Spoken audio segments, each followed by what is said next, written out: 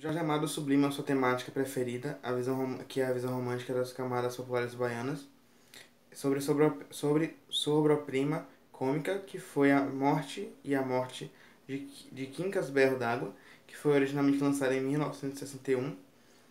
Essa publicação consiste apresentada 12 capítulos, que são conduzidos na terceira pessoa por um narrador onisciente. E, bom, nesse livro, o escritor leva ao auge sua idealização da massa popular, a ponto de converter seu modo de vida em saborosa utopia. É de uma forma poética que ele retrata a classe social que a mais inquieta sua prática literária e política, valendo-se para isso da trajetória do tranquilo funcionário público, Joaquim Soares da Cunha, marido e pai respeitado e amado. E bem, falando sobre um pouco a questão da crítica que o livro traz, eu anotei algumas coisas aqui. Uma delas eu botei que durante toda a noite o cadáver de Quincas Berro d'Água ele era disputado por dois grupos antagônicos, que era a sociedade burguesa, apavorada pelo escândalo das aparências, e a comunidade empobrecida, que precisava viver cada noite como se fosse a única. Porque talvez realmente seja.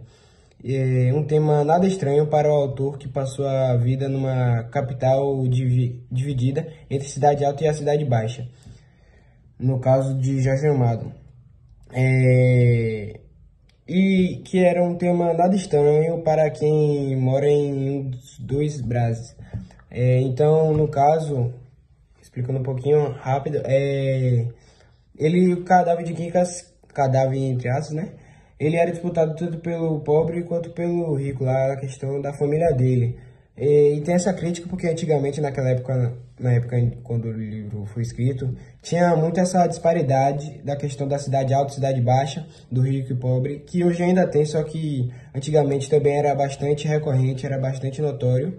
E a outra coisa que eu escrevi aqui da crítica é que Jorge Amado ele aproveitou essa obra para falar sobre os costumes sociais, sobre as convenções, sobre as censuras e sobre a maneira de como as pessoas se reprimiam naquela época.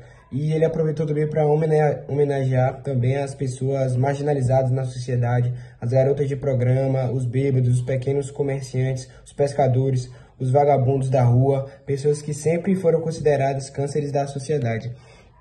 Então, a crítica de fato que o livro traz é que não há problema nessa questão da mudança, que antes ele era uma pessoa muito renomada e depois ele largou tudo pro alto para viver a vida que ele sempre quis.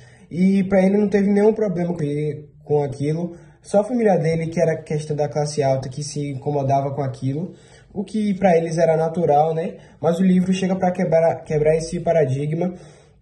E mesmo depois dessa mudança, ele conseguiu fazer o que ele sempre quis e ele conseguiu morrer da forma que ele queria, da forma que ele gostava. Então, mesmo ele sendo um vagabundo nas periferias e tal, ele também tinha amigos, ele também tinha uma família, ele tinha vínculo com aquelas pessoas, principalmente com os seus 4 amigos, que também eram bastante recriminados na sociedade daquela época.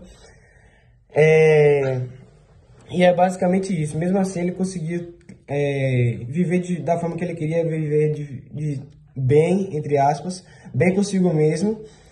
E a crítica é basicamente essa, da questão da alta cidade, a baixa cidade que o livro traz, essa questão da quebra de paradigmas, e é basicamente isso.